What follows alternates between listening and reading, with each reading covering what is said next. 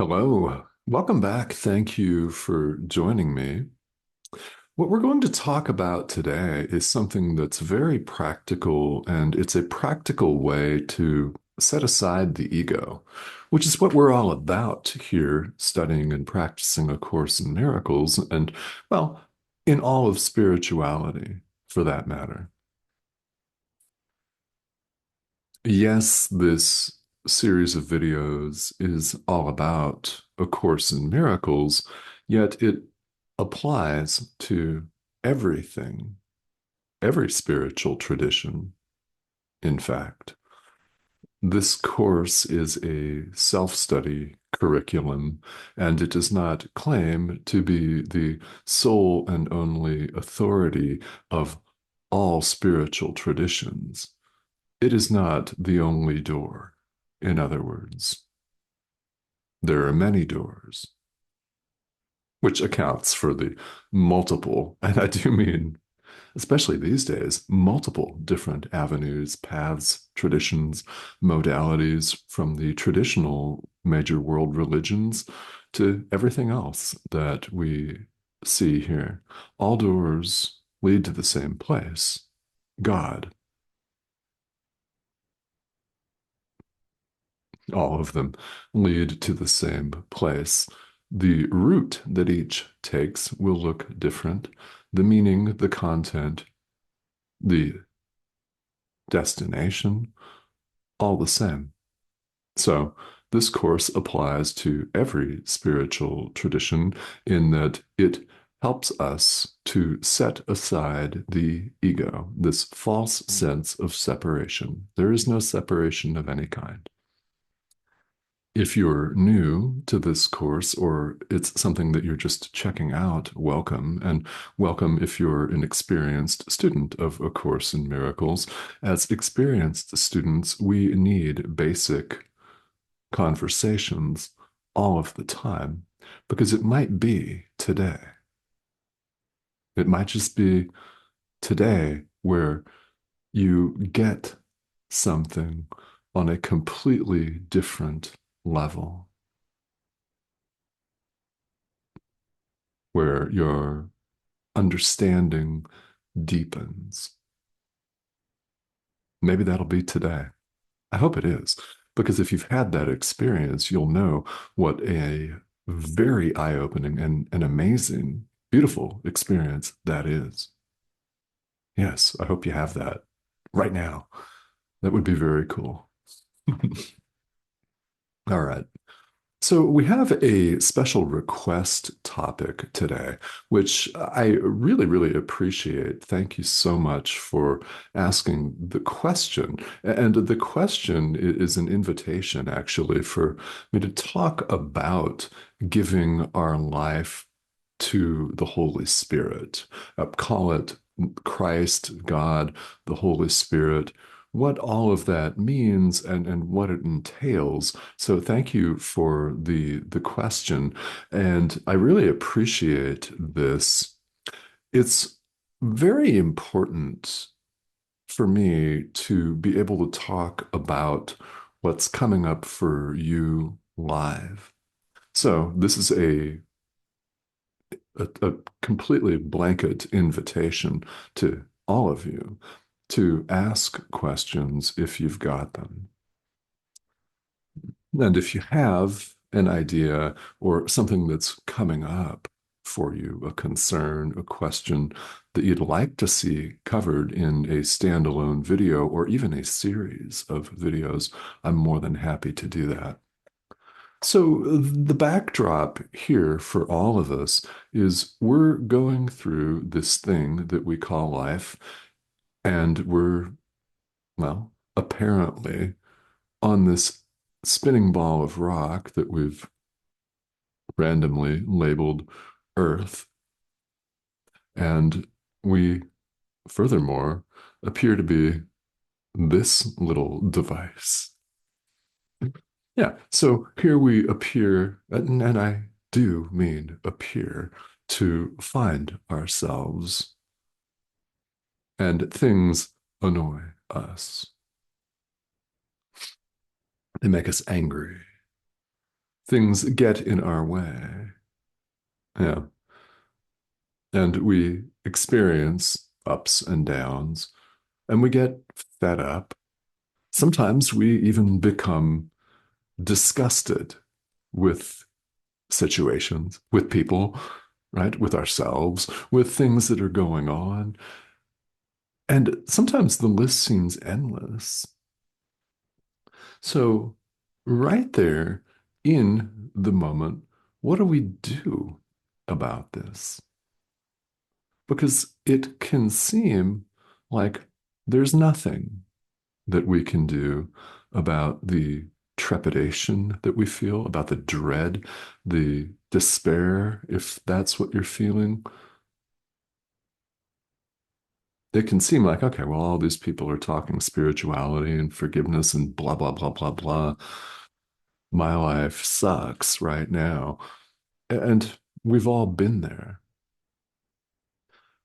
So, a very practical thing that this course talks about and encourages us indeed to do is to give our lives and situations in our lives over to the Holy Spirit, our inner teacher.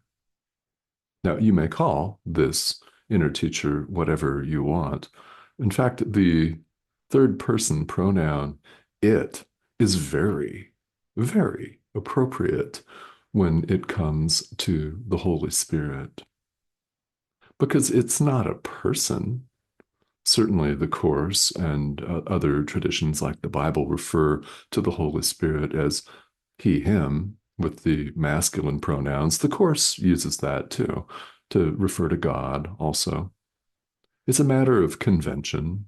The Holy Spirit is not a person, so you may call it whatever you want. And when we say give your experience over to the Holy Spirit, something very important that we all need to understand is going on here. You may find yourself hesitant to give your experience, your life, your relationship, your job over to the Holy Spirit for His purposes, for the purposes of healing the mind. You may find that too big of an ask because it seems so broad. What do you mean? You might ask. What do you mean, give my relationship over to the Holy Spirit for His purposes? There's a lot to that. Huh? It's a good question. What we're doing here is very important, and you can do it incrementally as needed. This can be done in micro, bite size, smaller chunks, if you want to call it that. If you feel like you're not able to give your entire experience, life, every situation over to the Holy Spirit, give particular situations over to the Holy Spirit. If you have a phone call to make, give it over to the Holy Spirit. Give eating your breakfast over to the Holy Spirit. I mean, if you want to, go and give the very next in and out breath over to the Holy Spirit. Just do it in your mind with whatever verbiage occurs to you. Start with that. The same applies to our practice of true forgiveness. If we find that we're not able to forgive a major political party or a nation state or our ex or something right now, if that seems way too much and more than you feel capable of in the moment, forgive what you can forgive. We start exactly where we appear to be because it's not where you are. We start with what's right in front of us. Where are we? In God, of course. Where else? God is the only reality. Where are you? Hmm. Here, as we run about thinking we're an individual human being, an ego, we're simply not aware of this. But part of you is aware of it. That's why you're watching this. So, welcome. So, what happens when we give our experience over to the Holy Spirit? This is very important. We're setting the ego aside. You are. This is a very practical way to set the ego aside. Give situations over to the Holy Spirit. Do it and do it consistently, and you may begin to feel differently, which might be putting it mildly. Perhaps even in your case, that's an understatement. I don't know, whatever your experience has brought you. Giving a portion of our experience, or all of it, over to the Holy Spirit does, in fact, make us more relaxed. Why? Because we're giving up our need for manipulation and control. We think we've got to control the world. There is no world. We think we've got to control everything and everyone. We don't. That creates further angst, struggle, and suffering in our mind because we're attempting to order and manipulate and orchestrate things, and we get in our own way because how often do our own best laid plans blow up in our face? Maybe not right away, but often they do. Often they don't work. And sometimes we find that out immediately. Again, we can all relate multiple examples in life, for sure. What happens when you give your experience over to the Holy Spirit is however much you do it in the present moment, you're setting the ego aside. You're saying, take charge. Jesus, take the wheel.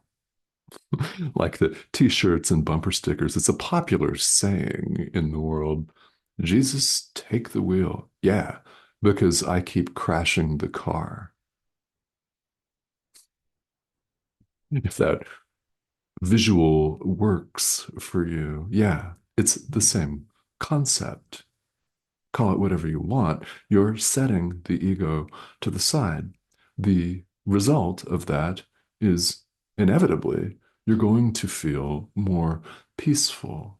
You won't feel the same as you did before, but you actually have to do it. I know. With this course being a self-study curriculum, it's all about our willingness to practically apply it. So it is, it's very important. We learn this course the best through experience. In other words, by doing it. It's our experience that shows us these ideas are true. When you genuinely set aside the ego, peace results inevitably. You're getting out of your own way. Many spiritual traditions refer to this idea of getting out of our own way. This is how we do it.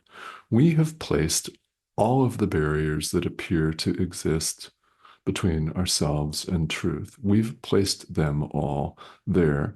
The good news, we can remove them and replace those ego driven thoughts with the thought system of the Holy Spirit, which looks right beyond the surface level to the real core of who and what we all are. And you do know what that is.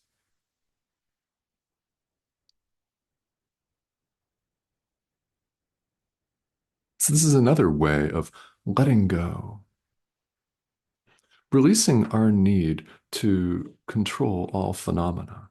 We'll be directed by our inner teacher as to what to do, where to go, who to speak to, and what to say. Everything.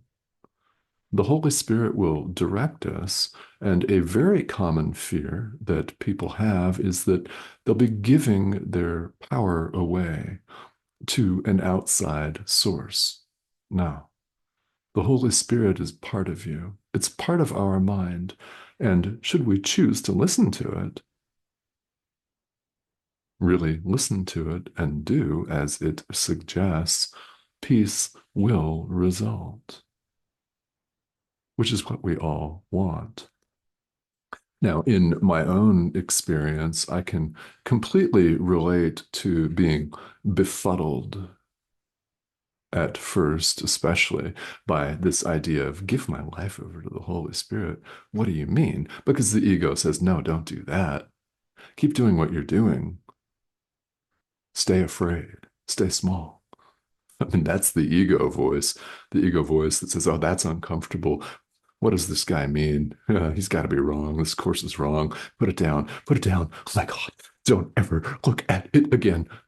Panicky. And then the voice that sounds panicky one moment is outright cruel the next. The ego is up, down, up, down, up, down, and it's always chattering. Always.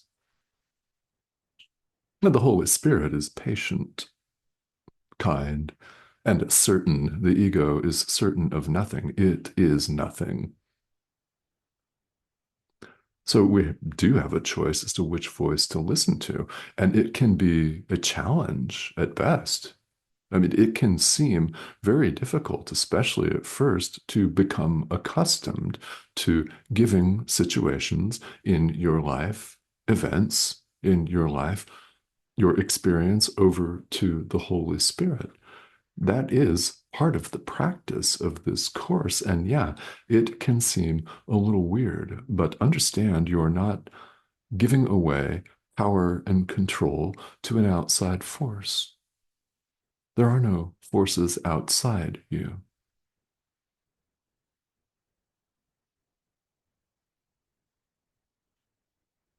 It's a very powerful and very practical way to practice this material, to set the ego aside. And if you've never tried it, I most certainly invite you to try it. And those of you that have can relate to feeling differently. And as always with this course, with anything actually in life, it's about the practical application and it's about forming a habit of forgiveness, of giving your experience over to the Holy Spirit and then relaxing and trusting His guidance. We have to become accustomed to it. That's why this course is a course in mind training. And it's why it works, because when you really do it, your experience begins to show you that these ideas are true. And as always, if you don't believe this pixelated image on your screen, you do not have to.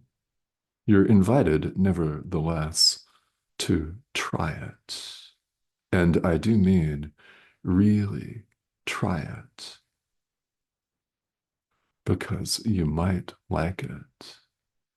You might have an experience that's so different than what you're used to that you emerge joyfully transformed, peaceful, happy, certain. Well, so once again, I very much appreciate the question, the practical oriented question, and I invite these. So if you do have ideas that you'd like to see me discuss here, please let me know that. And if you have other questions, please let me know. Also, the comment thread is great for if you just want to pop in and say hello. I'd love to hear from you. And also, please go ahead and subscribe. The prompt is here in the corner of your screen. Just click that and you'll be invited to join us. So thank you to those of you who've recently done that. Yeah, there've been a number of you that I appreciate having you here. It means a lot to every single living thing, not just this pixelated image on your screen, but to everyone that you're dedicated and committed to your spiritual practice. That is, in fact, the highest, best offering you can give anyone, anywhere, at any time. And there is nothing that even comes close to that.